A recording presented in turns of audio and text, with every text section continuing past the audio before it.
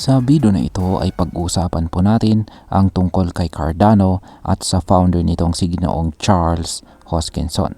Sapagkat nitong mga nakaraang araw, umingay po ang balita tungkol sa mga akusasyon laban kay Ginoong Hoskinson tungkol sa di umano'y maling paggamit ng pondo mula po sa initial coin offering or ICO ni Cardano noong taong 2017. Dahil dito, isinaalang-alang po ngayon ni Ginoong Hoskinson ang pagsasampa ng class action lawsuit laban sa mga naninira sa project. Pero teka, ano ba talaga ang nangyari? Totoo ba ang akusasyon? Kaya yan po ang siyang ating pag-uusapan sa video na ito. Pero bago po tayo magpatuloy ay pakibasa na lamang po muna ang disclaimer dito sa ibaba ng ating screen. At ayan po siya, ang ating nakikita sa larawang ito ay ang founder ni Cardano na si Ginoong Charles Hoskinson. At ayan, simulan po natin sa kung ano po ang ugat ng kontrobersiya na kinakaharap ni Cardano at si Ginoong Hoskinson. Nagsimula po ang gulo ng akusahan si Ginoong Charles Hoskinson ng isang NFT artist na si Ginoong Masator Alexander. Ayon kay Ginoong Masator, may 318 million ADA daw mula sa ICO ang inilaan sa maling paraan. Ang halaga nito ay umaabot ng $619 million noong mga panahong iyon.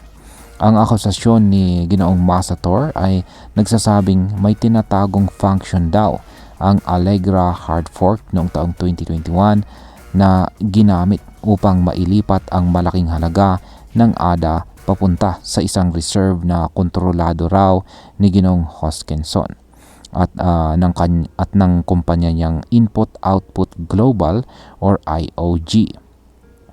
Ibinunyag ni Ginoong Masator na maliit na bahagi lang ng perang iyon ang ginamit para buuin ang Intersect, isang organisasyon sa loob ng Cardano community. Ang karamihan daw ay naipon sa isang reserve ng IOG gamit ang sinasabing backdoor sa upgrade ng Allegra. Sobrang bigat ng paratang na ito.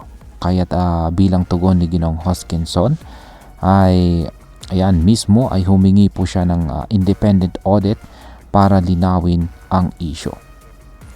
Ngayon ay sino po ang gagawa ng audit at ano ang aasahan natin dito? Ang audit ay ang pangungunahan ng dalawang malalaking kumpanya. Yan po ang BDO International na isang kilalang auditing firm at ang McDermott, Will & Emery, isang respetadong law firm. Ang layunin po ng audit ay alamin kung may katotohanan ba sa mga paratang at kung may nangyayaring misappropriation of funds mula sa 2017 ICO. Ayon po kay Ginoong Hoskinson, wala pang regulator, law enforcement or token buyer ang nagsabing may anomalya sa ICO ng Cardano.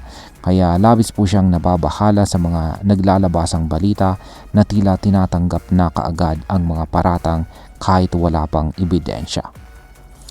Ngayon is ano po ang class action lawsuit na binabalak ni Ginoong Hoskinson? Dahil sa patuloy na paninira ay naglabas po si Ginoong Hoskinson ng poll. Poll po sa social media platform na X. Tinanong niya ang mga ADA holders, developers at saka DApp builders kung nais nilang sumali sa isang class action laban sa mga naninira kay Cardano. Sa ngayon ay mahigit 10,000 katao na ang bumoto at halos 69% sa kanila ay sumusuporta sa pagsasampa ng kaso. Ang botohan ay matatapos po sa May 25. Kung magpapatuloy po ang ganitong suporta, malamang ay tuluyan ng maisakatuparan ang legal na aksyon. Bagamat wala pa siyang pinangalanan na mga taong isasama sa demanda, malinaw na layunin ni Ginoong Hoskinson na depensahan ang pangalan ni Cardano at sugpuin ang maling impormasyon.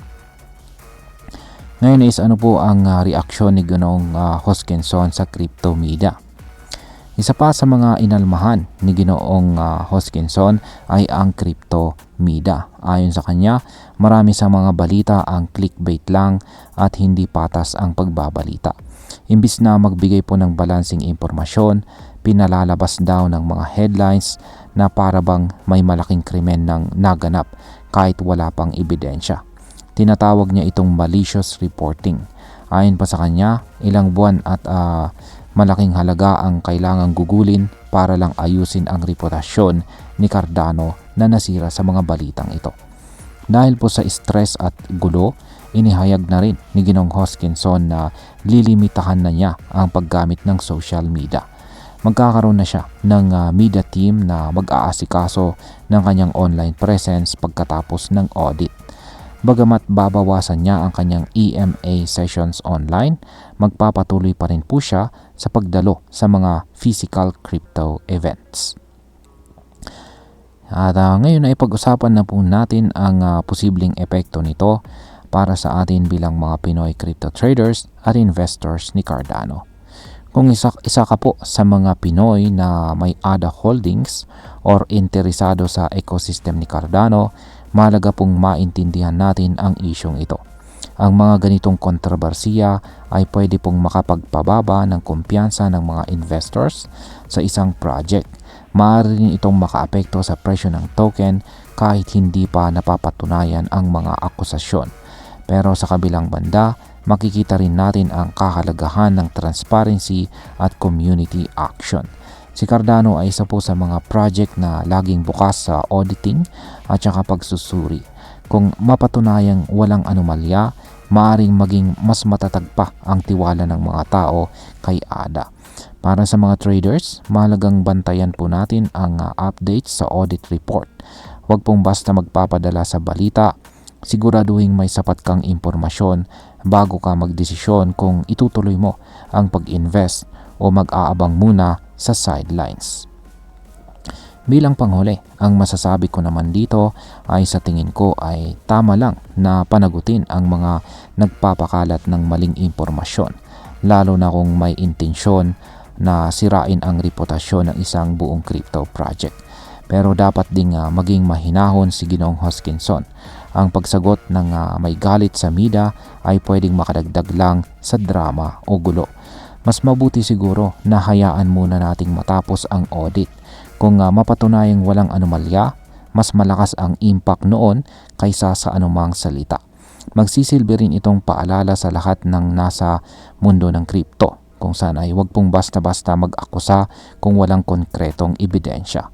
Para sa atin dito sa Pilipinas, ito po ay magandang halimbawa kung paano po dapat pinapahalagahan ang transparency, legal action at ang power ng community. Sa isang decentralized na mundo tulad ng crypto, malaki po ang papel ng bawat isa para protektahan ang ecosystem. At ayun, hanggang dito na lamang po tayo sa video na ito mga ka-crypto. Marami pong salamat sa panonood. Ingat po tayo lagi at God bless po sa ating lahat.